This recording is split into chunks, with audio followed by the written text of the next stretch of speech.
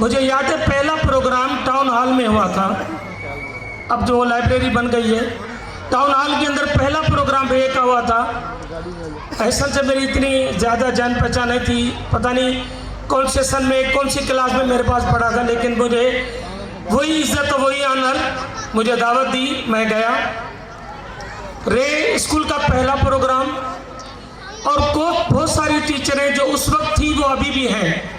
सलाम है उन टीचर्स को जो कंटिन्यू इस इदारे के साथ मुंसलिक हैं। तो मैंने एक जुमला कहा था कि रे स्कूल की जो रोशनी, क्योंकि मैं फिजिक्स का बंदा हूँ और जितना रे को मैं साइंटिफिक जानता हूँ उतना एक फिजिक्स का टीचर जानता है कि रे की अहमियत क्या है। मैंने कहा कि रे के जो शुआएं तुमने यहाँ छोड़ी हैं, एक दिन ऐसा न ऐसा आएगा कि लोग तुम्हें दाखिला के लिए मिन्नतें करेंगे और तेरे पास जगह नहीं होगी। अब वो वक्त आ गया है। अब रे में बाहर बोर्ड लगा होता है कि यहाँ पर बच्चों के बैठने की गुंजाइश नहीं है, नो एडमिशन। और ये सिर्फ और सिर्फ एक टीम वर्क है, और उस टीम वर्क को जिस तरीके से ये बंदा चला रहा है, मैं कहता हूँ बस ऐसा खुदा करे तो जो किसी की नज़र ना लगे। इतने मुखलिसों के हर दिल में उतर जाते हो कि खुदा ने तुम्हें इखलास में इस तरह बनाया है।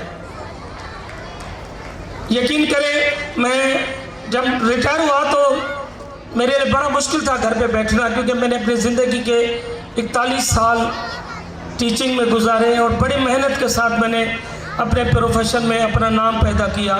जब मैं रिटायर हुआ तो मेरी ख्वाहिश थी कि मैं अपने उसी गवर्नमेंट के स्कूल में टीचिंग करूँगा, लेकिन मेरे उस्तादों ने मुझे रिजेक्ट कर दिया। बोला सर आराम करें, आपने बहुत पढ़ा लिया, आराम करें। एहसन से मैंने कहा एहसन मैं तेरे स्कूल में पढ़ाना चाहता हूँ। बोला सर वेलकम। मैंने कहा एक शर्त के ऊपर, मैं कोई तनख्वाह नहीं लूँगा, 1 रुपया भी नहीं लूँगा। बोला सर ये कैसे होगा। मैंने कहा ये बात मंजूर है तो मैं पढ़ाऊँगा। आज 2.5 साल हो गए, मैं रे स्कूल का अपना स्कूल समझता हूँ। वहाँ के बच्चों से जो इज़्ज़त और मोहब्बत मुझे मिली है, मैं अपने अल्फाज में उसको बयान नहीं कर सकता।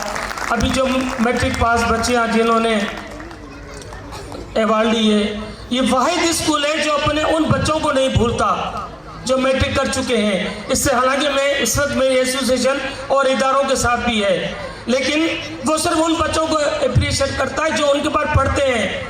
सलाम है एहसन के तूने उन बच्चों को याद किया जो अभी कॉलेजों में पढ़ रहे हैं। ये बहुत बड़ा एहसास और एहनार है उन बच्चों के लिए। और मैं जब उनको पढ़ाता हूँ तो एक फैमिली फील होती है। वहाँ के स्टाफ, वहाँ के बच्चे, वहाँ का माहौल, मैं हर जगह बड़े फ़ख्र के साथ कहता हूँ कि अगर किसी बच्चे की तालीम और तरबियत पर तवज्जो दी जाती है तो वो सिर्फ और सिर्फ रे स्कूल है और कोई स्कूल नहीं है जहाँ तरबियत भी हो रही है। मैं वहाँ के टीचर्स को ट्रेनिंग देता हूँ। बिलीव कीजिएगा, मैं 20वें ग्रेड में रिटायर हुआ हूँ। जो सुकून मुझे रे में पढ़ा कर जो मुझे तशनगी होती है, जो सुकून मिलता है, जो मेरे दिल को जो रूह के जो राहत मिलती है रे में पढ़ाने की, यकीन की जगह मुझे कहीं भी नहीं मिलती। इस स्कूल के लिए, इस इदारे के लिए बहुत सारी दुआएं, इस शख्सियत के लिए भी दुआएं कि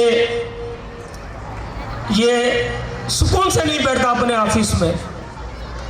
कभी मुझे देर हो जाती है तो मेरी क्लास में खड़ा है, कोई टीचर नहीं है तो उसकी क्लास में खड़ा है, ऑलराउंड टीचर है, सारे सब्जेक्ट जानता है। इसलिए रे के बच्चे इस मामले में यतीम नहीं है कि अगर कोई टीचर चला गया तो उनको पढ़ाने वाला नहीं है। टीचर नहीं होगा तो एहसन खुद क्लास में उनको मैथ भी पढ़ाता है, फिजिक्स भी पढ़ाता है, केमिस्ट्री भी पढ़ाता है, इंग्लिश की ग्रामर भी पढ़ाता है। इसलिए ये वालिदैन बड़े खुशकिस्मत है कि उनके बच्चे रे के स्कूल में पढ़ रहे हैं। वालिदैन को सिर्फ छोटी सी गुजारिश कि खुदा के वास्ते बच्चों को मोबाइल से थोड़ा दूर रखें। आपके बच्चे मोबाइल के अंदर इतना घिरे हुए हैं कि वो पढ़ने पे टाइम बहुत कम देते हैं। उनकी इखलाकी तरबियत हमारी जिम्मेवारी है।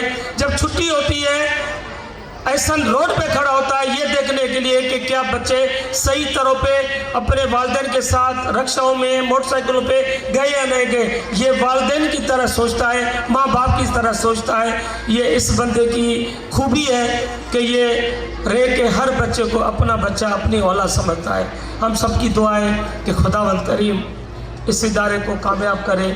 जो मेहमान यहाँ बैठे हैं, अनवर साहब बैठे हैं, और बहुत प्यारी शख्सियतें हैं, बड़े अहम लोग हैं जो बड़े मुश्किल से टाइम निकालते हैं। या अभी थोड़ी देर पहले आपके सामने डॉक्टर अजीब साहब बैठे थे या नवीद शाह साहब आए थे।